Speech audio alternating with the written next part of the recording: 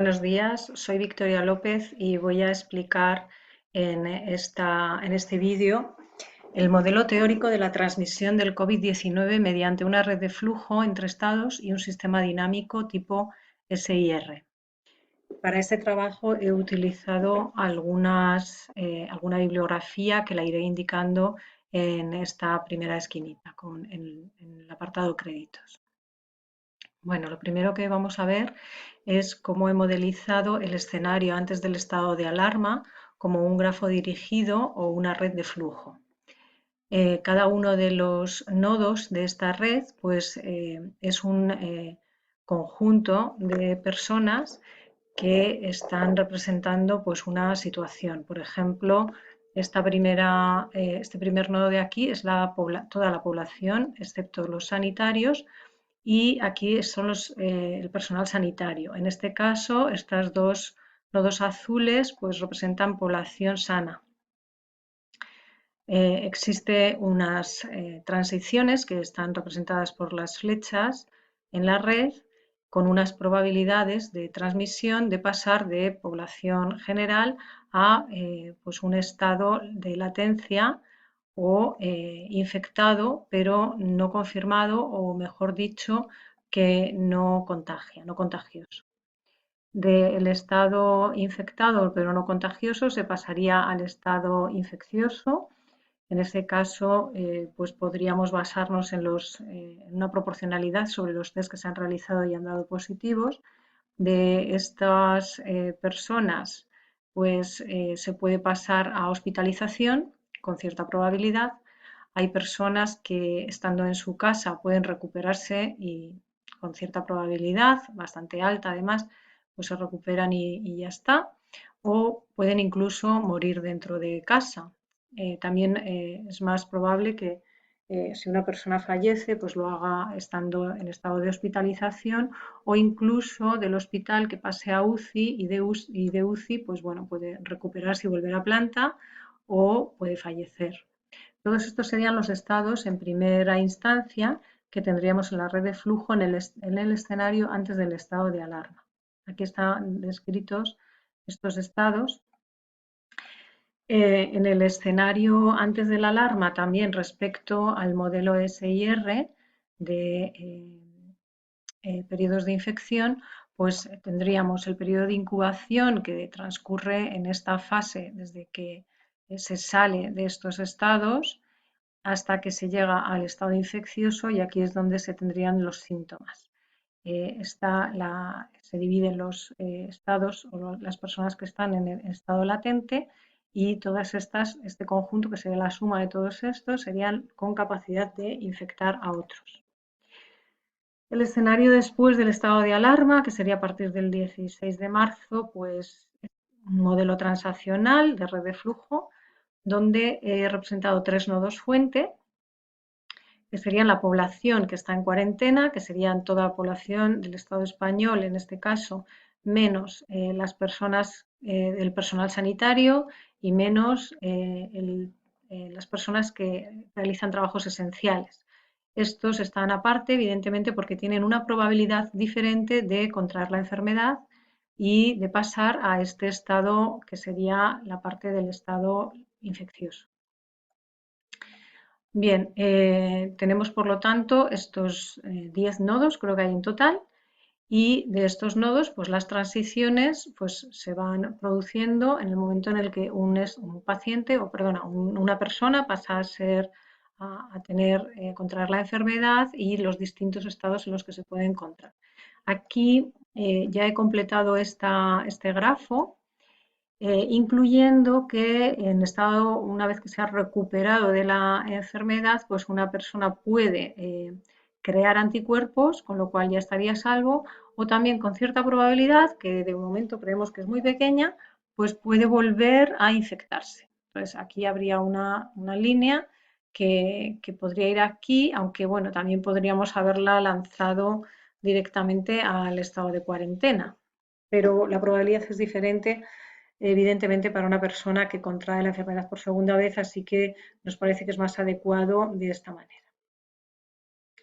El modelo para periodos de infección es exactamente el mismo en el escenario después del estado de alarma, así que no lo voy a comentar mucho porque sigue siendo básicamente lo mismo. En esta imagen vemos la vista del modelo SIR con el conjunto de los tres primeros nodos, los azules, que serían los susceptibles, es decir, las personas sanas, que son eh, pues personas susceptibles de ser infectadas por el virus. En la zona roja, en esta franja, perdón, roja no, la amarilla, en esta franja amarilla estarían los infectados, en mayor o menor medida, pues estos son los latentes, los infectados que están en casa, en el hospital, en las UCIs, etcétera. Y los recuperados, que serían estos dos nodos de aquí. Evidentemente, para este modelo simple, pues no consideramos ni los fallecidos ni tampoco consideramos otras cosas como que, por ejemplo, que la población puede verse incrementada pues, por nacimientos, por inmigración u otro tipo de cosas.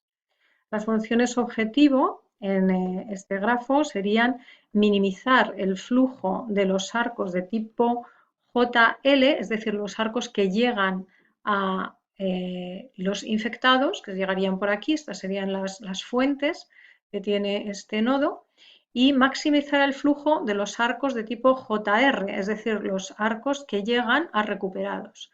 Sería maximizar estos dos arcos. Estas son las funciones objetivo que nos planteamos en el modelo. Bueno, para estudiar el modelo, pues lo que vamos a hacer es definir unas ecuaciones del modelo que lo que hacen es basarse en las ecuaciones de redes de flujo y, por ejemplo, pues utilizan la ley del flujo equilibrado y también vamos a utilizar, que se refleja en la primera ecuación, que el número de elementos en la población se mantiene constante.